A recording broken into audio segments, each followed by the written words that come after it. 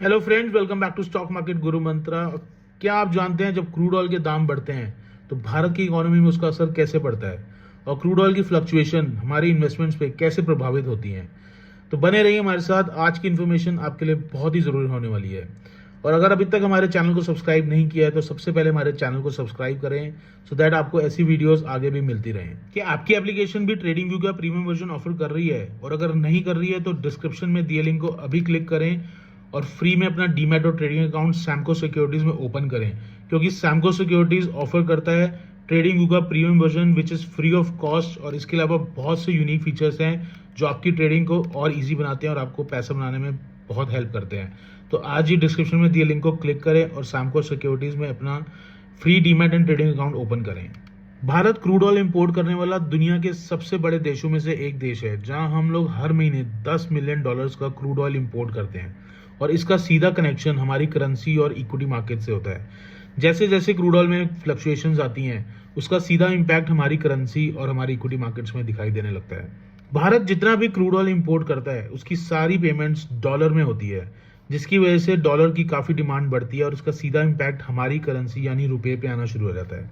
Crude oil जब जब बढ़ता है उससे डॉलर स्ट्रांग होता है और रुपी वीक होना शुरू होता है। इससे हमारी फॉरेक्स रिजर्व्स पर भी असर पड़ता है, जो कि इस टाइम $640 बिलियन की है। क्रूड ऑयल प्राइसेस के बढ़ने से इक्विटी मार्केट में कुछ कंपनीज को फायदा होता है तो कुछ को नुकसान भी। फॉर एग्जाम्पल, अगर हम ऑयल कंपनीज की बात करें तो ऑयल कंपनीज में अपस्ट्रीम कंपनीज लाइक ओएनजीसी, ऐसी कंपनीज को फायदा होता है क्योंकि वो अपने सेलिंग प्राइसेस बढ़ा देती हैं। बट अगर हम लोग यही डाउनस्ट्रीम कंपनीज की बात करें लाइक एचपीसीएल, बीपीसीएल, आईओसी, इनको नुकसान होता है क्योंकि इनके रॉ मटेरियल कॉस्ट बढ़ जाती है और ये अपने सेलिंग रेट्स बढ़ा नहीं सकते क्योंकि वो गवर्नमेंट की तरफ से फिक्स रहता है। सो ऐसी कंपनीज को नुकसान भी होता है। यही अगर हम लोग आईटी कंपनीज की बात करें, आईटी सेक्टर में company like Infosys, TCS, Wipro, इन कंपनीज को फायदा होता है बिकॉज क्रूड ऑयल प्राइसेस बढ़ने से डॉलर स्ट्रांग होता है और ये कंपनीज एक्सपोर्ट में ज़्यादा डील करते हैं, तो डॉलर स्ट्रांग होने से इन कंपनीज को फायदा भी होता है। यही अगर हम एविएशन सेक्टर की बात करें तो एविएशन सेक्टर में companies like spice jet, Indigo, ऐसी कंपनीज को नुकसान होता है क्योंकि उनका मेजर खर्चा ही इनका फ्यूल में जाता है। सो क्रूड ऑयल बढ़ने से इनके इनके जो एक्सपेंसेस हैं वो बढ़ जाते हैं। Then we if you talk about tyre companies, तो टायर कंपनीज में भी जो टायर मैन्युफैक्चरिंग कंपनीज हैं लाइक एमआरएफ, सीएट, इन कंपनीज को भी नुकसान होता है क्योंकि इनका भी डायरेक्ट लिंक क्रूड ऑयल के प्राइसेस से जुड़ा होता है।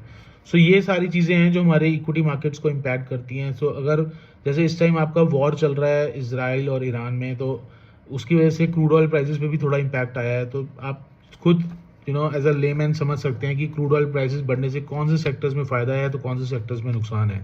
सो इन चीज़ों को ध्यान में रखना चाहिए, दिमाग में रखना चाहिए जब भी क्रूड ऑयल में कुछ फ्लक्चुएशंस आती हैं। सो अकॉर्डिंगली आपको अपने स्टॉक्स, अपने सेक्टर्स इस हिसाब से मैनेज करना चाहिए।